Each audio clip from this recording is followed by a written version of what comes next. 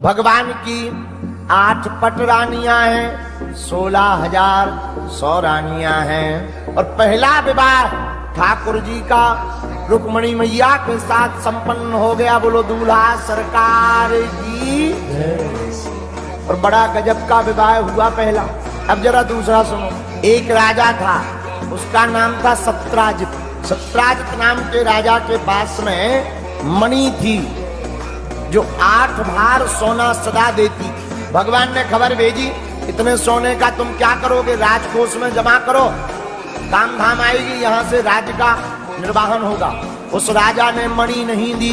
वह मणि उस राजा को, सत्राजित नाम के राजा को, तो सूर्य भगवान भुवन भास्कर से प्राप्त हुई थी। एक दिन राजा का भाई प्रसेन वह मणि पहन करके वन में गया। वहां शेर से सामना हो गया, सिंह से। सिंह ने राजा के भाई प्रसेन को मार डाला और चमकीला पत्थर समझकर मणि को अपने पंजों में दबा लिया। लेकिन उस शेर का युद्ध एक बार एक जामवंत जी से हुआ। तो जामवंत जी ने शेर को मार डाला। वो चमकीला पत्थर समझ करके वह अपने पास मणि लाकर अपनी बेटी जाम्बवती को दे दी। इधर जब कई दिनों तक राजा का भाई वापस नहीं लौटा, बहुत दिखवाया खुजवाया, तो राजा ने यह मन ही मन विचार कर लिया, हमारे भाई का वध जरूर जरूर जरूर द्वारकाधीश ने मणि के चक्कर में कहीं मरवा डाला। बताओ, भगवान पर भी आरोप लग गया। अब भैया ये दुनिया बहुत खतरनाक है, ये भगवान पर भी आरोप लगाने से नहीं छोड़ती। अपन तो इंसान है, इन्होंने जब राम को नहीं छोड़ा तो आम को क्या हलवा छोड़ेंगे। लेकिन राजा ने एक गलती कर दी। क्या? राजा ने सोचा तो, पर कोई प्रमाण नहीं था, पर अपनी पत्नी को बता दिया कि लगता है हमारे भाई का मर्डर द्वारकाधीश ने करवाया है, पर कोई प्रमाण नहीं है, तो तुम बोलना मत, किसी को मत बताना। और किसी भी बात का प्रचार करवाना हो तो स्त्रियों को एडवर्टाइजमेंट का ठेका दे दो। राजा सत्राजित ने अपनी पत्नी को बता दिया, सुनो, लगता है द्वारकाधीश ने हमारे भाई को मरवा दिया, पर तुम किसी को बताना मत, वरना प्रमाण मांगेंगे, हम प्रमाण नहीं दे पाएंगे। रानी बोली, चिंता मत करो। दूसरे दिन रानी मनहीन करके बैठी थी तो दासी आई। क्या बात, आप मन क्यों खिन्न किए? बोले, कोई बात नहीं, बताना नहीं। नहीं बता, हम तो तुम्हारी दासी, हम कहीं बात बताते हैं क्या? अरे हम तो तुम्हारी आत्मा है, हम तो तुम्हारी मित्र हैं, आप चिंता मत करो, हम कसम खा के करें, हमें बताओ क्या बात, हम निपटाएंगे। बोले, अरे क्या बताएं, हमारे देवर का वध द्वारकाधीश ने करवा दिया। दासी ने अपने पति को बताया, पति ने दूसरे को बताया, धीरे धीरे पूरे नगर में हल्ला हो गया, भगवान के ऊपर आरोप लग गया। भगवान ने सोचा, हमारे ऊपर आरोप, भगवान स्वयं राजा के भाई का मर्डर का पता करने गए, वन में गए। अब वन में जाकर भगवान ने देखा एक जगह घोड़ा मरा पड़ा है, इंसानों की हड्डियां पड़ी हैं। समझ गए ये राजा का भाई का शव है, पर इसे किसने मारा? थोड़ा आगे बढ़े तो शेर पड़ा था। अरे शेर ने मारा, पर शेर को किसने मारा? तो पैर बने हुए निशानों से द्वारा जामवंत जी की गुफा में भगवान कृष्ण पहुंच गए। वही जामवंत जी जो राम अवतार में राम जी के साथ में थे, ये वही जामवंत जी हैं। उनकी गुफा में पहुंच गए। जाम्बवती मणि लेकर खेल रही थी। इतने में जामवंत जी आ गए। भगवान का जामवंत का फाइटिंग युद्ध होने लगा। क्योंकि बिना बताए क्यों हमारी गुफा में आ गए हो? 28 दिन तक युद्ध चला महाराज। ना जामवंत जी हारे हो, भगवान तो हारने वाले नहीं है। मुक्का मार मार के भगवान ने जामवंत जी की नट बोल्ट ढीले कर दिए। 28वें दिन जब भगवान ने 360 डिग्री का मुक्का बनाया, सोई जामवंत जी हाथ जोड़ के बोले, महाराज अब हम पहचान गए, राम ही घनश्याम बन करके आए हैं। भगवान बोले, मुक्का में अब पहचान पाए? महाराज क्या बताएं, जामवंत जी को राम जी ने ही वरदान दिया था, तुम्हें सब बूढ़ा बूढ़ा करके चढ़ाते हैं, तुम्हारी ताकत का पता द्वापर युग में सबको बताएंगे कि तुम बूढ़े में भी कितनी ताकत होती है। बोलो जय बजरंगबली। किस लिए आए महाराज? ठाकुर जी बोले हम पर आरोप लग गया मणि चोरी का। जामवंत जी बोले महाराज मणि तो तभी मिलेगी, हमने बेटी को दान में दे दी, अब बेटी से दान में ली नहीं जाती। एक काम करो, आप हमारी बिटिया से शादी कर लो, दहेज में मणि ले लो। भगवान बोले अच्छे फंस गए, एक तो पहले हो चुकी। महाराज चोरी का कलंक निपटवाना है तो करो शादी, नहीं तो जय जिया राम। भगवान बोले हो जाने दो। 1 2 3 4 5 6 7 भामर पड़ी और जामवती के साथ में भगवान की शादी हो गई। मणि लेकर आए, अब 2 शादी हो गई, लेकिन जैसे ही मणि लेकर के आए भैया राजा के सामने गए, हे राजा हमारे ऊपर आरोप लगाया था कि हमने तेरे भाई का मर्डर किया, ये ले पकड़ मणि।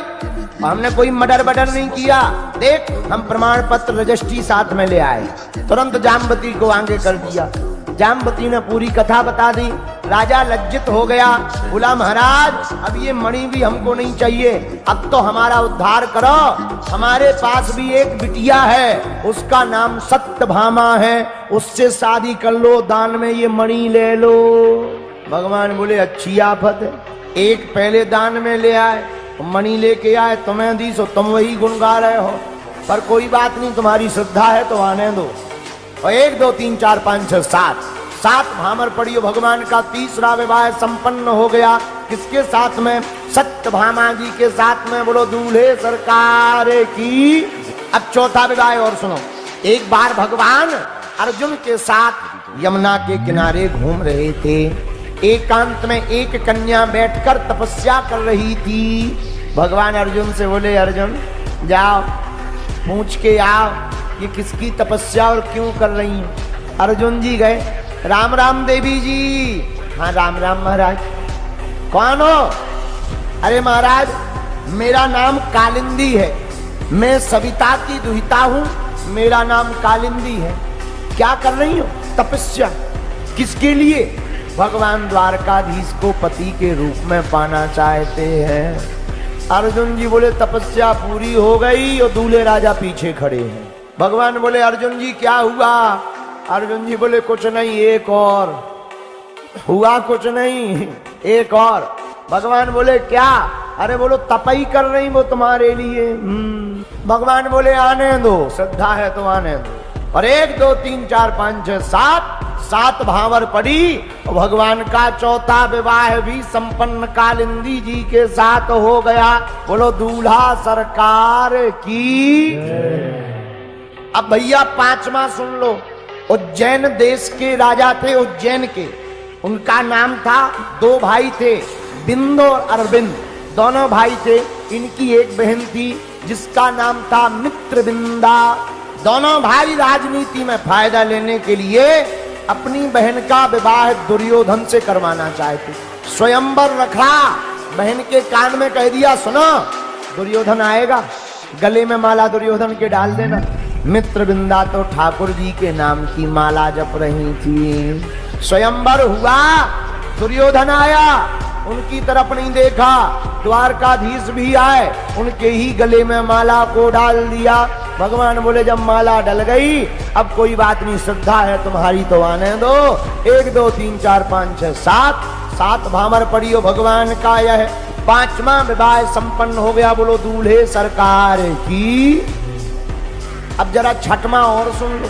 कौशल नरेश थे, इनका नाम था नग्नजित। इनकी बेटी थी सत्या देवी। राजा ने प्रण लिया कि हमारे पास 7 बैल हैं और जो हमारे 7 बैलों को एक रस्सी में बांध देगा बिना कुटे पिटे, उस वीर के साथ हम अपनी बेटी सुंदरी सत्या देवी का विवाह करेंगे। बड़े बड़े योद्धा गए, काऊ को पेट फट गओ, काऊ को हाथ टूट गओ, काऊ के सींग लग गए। भगवान को पता लगा कि ये काम नहीं हो रहा। भगवान बोले हो जाएगा। लोगों ने खबर दी, भगवान पहुंच गए और देखते ही देखते एक क्षण में भगवान ने 7 रूप बनाए, कोई देख नहीं पाया। और एक क्षण में रस्सी बांधकर बैलों को नाथ दिया। राजा बोले महाराज तुम्हारे जैसा कोई वीर नहीं है। भगवान बोले गिफ्ट आने दो। और 1 2 3 4 5 6 7 भामर पड़ी और ठाकुर जी का यह 6वां विवाह भी संपन्न हो गया। बोलो दूल्हा सरकार की। अब जरा 7वां सुनो। वसुदेव जी की छोटी बहन थी श्रुतकीर्ति, भगवान से बड़ा प्रेम करती थी। अब भगवान के चरणों में सदा जुड़ी रहना चाहती थी। क्या उपाय है कि भगवान से जुड़े रहें? उन्होंने मन में विचार किया कि प्रगाढ़ संबंध बनाए रखने के लिए हम अपनी बेटी का विवाह ठाकुर जी के साथ कर देंगे। उनकी एक बेटी जिसका नाम भद्रा, भद्रा के विवाह का संबंध लेकर गई। सरकार, आपके चरणों में हमें प्रीति बनाए रखना है, आपसे प्रगाढ़ संबंध बनाए रखना है, आप भूले ना, आपसे नाता जुड़ जाए। आप एक काम करो, हमारी बिटिया है भद्रा, उसको स्वीकार कर लो। भगवान ने कहा जो आज्ञा। 1 2 3 4 5 6 7 भावर पड़ी और ठाकुर जी का यह 7वां विवाह भद्रा जी के साथ संपन्न हो गया। बोलो दूल्हा सरकार की। अब जरा 8वां और सुन लो। एक मध्य देश का राजा था।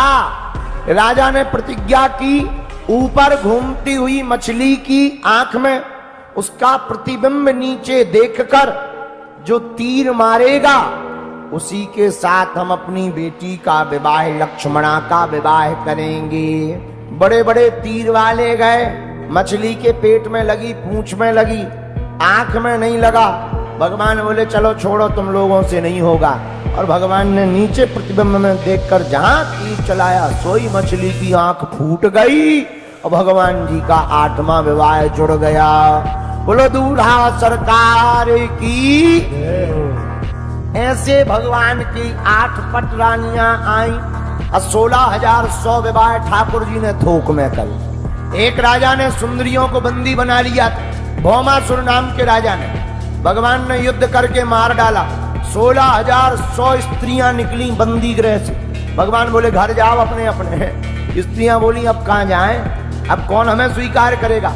कलंक लग गया है कि हम बंधन में रहे, राजा के बंधन में रहे, अब हमें कोई स्वीकार नहीं करेगा। भगवान बोले उपाय क्या? स्त्रियां बोली 2 उपाय हैं। क्या?